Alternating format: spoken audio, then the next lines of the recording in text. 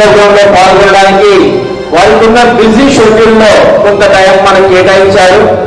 వారికి ఏదైనా వేస్తున్నాను. అదేవిధంగా ఒకసారి మీరు గట్టిగా పెద్ద ఎత్తున same WWF and other NGOs తో పాటు ఇది చేస్తున్నాము.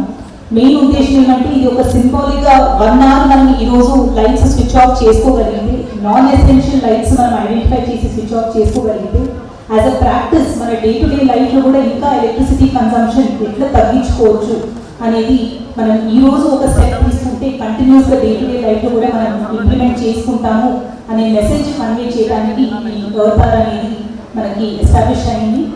అండ్ దీంతో పాటు మనకి ఎన్వైరన్మెంటల్ ప్రొటెక్షన్, క్లైమేట్ చేంజ్ గురించి కూడా అవేర్నెస్ క్రియేట్ చేయడానికి ఈ ఎర్త్ అవర్ అనేది ఎస్టాబ్లిష్ అయింది.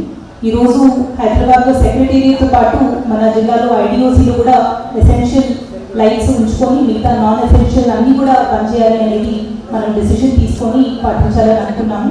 అండ్ గవర్నమెంట్ సైడ్ నుంచి కూడా మనము renewable energies, solar power plants గురించి అవ్వచ్చు ఆర్ అదర్ కన్సంప్షన్ గురించి తగ్గించుకోవడానికి చాలా ఎఫర్ట్స్ చేస్తున్నాము.